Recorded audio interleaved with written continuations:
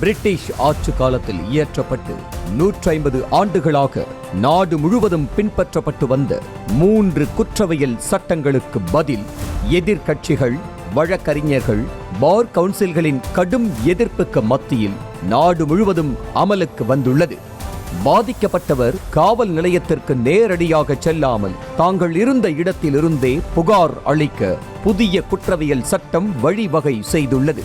பழைய சட்டம் மூலம் பாதிக்கப்பட்டவர் சம்பந்தப்பட்ட காவல் நிலையத்தில் மட்டுமே புகார் அளிக்க இயலும். ஆனால் மத்திய அரசின் புதிய சட்டத்தின் மூலம் பாதிக்கப்பட்டவர் எந்த காவல் நிலையத்தில் வேண்டுமானாலும் புகாரை பதிவு செய்யலாம்.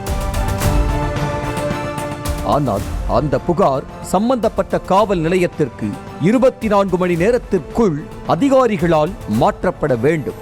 குற்றம் சாட்டப்பட்டவர் மற்றும் பாதிக்கப்பட்டவர் ஆகிய இருவரும் காவல் நிலையத்திலிருந்து FIR குற்றப்பத்திரிகை, வாக்குமூலம் உள்ளிட்ட வழக்கு ஆவண நகல்களை 14 நாட்களுக்குள் பெற புதிய சட்டம் உரிமை கொடுத்துள்ளது.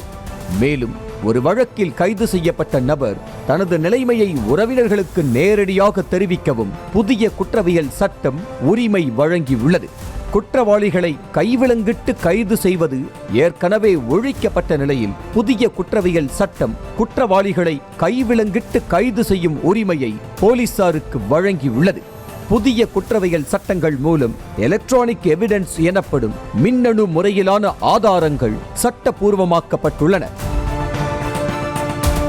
முன்பு காகித தாள்கள் மூலமான ஆதாரங்கள் மட்டுமே சட்டப்பூர்வமானதாக ஏற்கப்பட்டு வந்துள்ள நிலையில் தற்போது மின்னணு ஆதாரங்களும் சட்டப்பூர்வ ஆதாரங்களாக ஏற்கப்படும். கொடூரமாக நிகழ்த்தப்படும் குற்றங்களில் சாட்சிகளை கலைக்கப்படாமல் இருப்பதை உறுதி செய்ய குற்றம் நடந்த இடத்தை காவல்துறையினர் வீடியோ பதிவு செய்ய வேண்டும் என்பது புதிய குற்றவியல் சட்டத்தில் கட்டாயமாக்கப்பட்டுள்ளது. குற்றம் சாட்டப்பட்டவருக்கு ஆன்லைன் மூலம் சம்மன் அனுப்பப்படும் என்றும் குழந்தைகளை விற்பதும் வாங்குவதும் கொடூரமான குற்றமாக வகைப்படுத்தப்பட்டுள்ளது.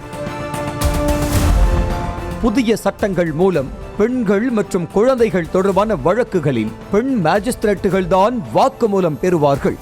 ஒருவேளை பெண் மேஜிஸ்திரேட் இல்லாத பட்சத்தில் ஒரு பெண் முன்னிலையில் ஆண் மேஜிஸ்திரேட் வாக்குமூலம் பெறுவார். புதிய குற்றவியல் சட்டத்தில் பாலியல் குற்றங்களுக்கான தண்டனைகள் கடுமையாக்கப்பட்டுள்ளன. பாலியல் குற்றவாளிகளுக்கு முன்பு 7 வருடம் தண்டனை கொடுக்கப்பட்டு வந்த நிலையில் தற்போது அது 10 வருடமாக அதிகரிக்கப்பட்டுள்ளது. மேலும் 12 வயதுக்கு குறைவான சிறுவர் சிறுமியரிடம் பாலியல் குற்றங்களில் ஈடுபடுபவர்களுக்கு மரண தண்டனை விதிக்கவும் புதிய குற்றவியல் சட்டத்தில் வழிவகை செய்யப்பட்டுள்ளது. பெண்ணை ஏமாற்றி பாலியல் உறவில் ஈடுபடுவது அல்லது திருமணம் செய்து கொண்டால் அதிகபட்சம் 10 ஆண்டு காலம் வரை குற்றவாளிக்கு தண்டனை கிடைக்க புதிய சட்டத்தில் இடம் உள்ளது. சிறு சிறு குற்றங்களில் ஈடுபடுபவர்களுக்கு சமூக சேவை செய்ய சொல்லி தண்டனை கொடுக்கும் வகையில் புதிய சட்டத்தில் பிரிவுகள் அறிமுகப்படுத்தப்பட்டுள்ளன. அமலுக்கு வந்துள்ள புதிய சட்டங்கள் காரணமாக கிரிமினல் வழக்குகளில் விசாரணை முடிந்த 45 நாட்களுக்குள் நீதிமன்றம் தீர்ப்பு வழங்க வேண்டும். விசாரணை முடிந்த முதல் 60 நாட்களுக்குள் போலீசார் குற்றப்பத்திரிகை தாக்கல் செய்வதும் அவசியம். இனம், சாதி, சமூகம் உள்ளிட்ட காரணங்களுக்காக 5க்கும் மேற்பட்டவர்கள் மூலம் நடைபெறும் கும்பல் தாக்குதல்களுக்கு 7 வருடம் சிறை தண்டனை தொடங்கி மரண தண்டனை வரை என்பதை புதிய சட்டம் உறுதி செய்கிறது.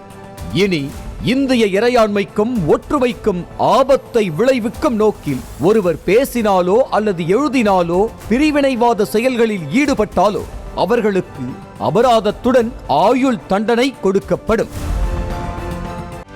செய்திகளை உடனுக்குடனும் துல்லியமாகவும் தெரிந்து கொள்ள சப்ஸ்கிரைப் பண்ணுங்க.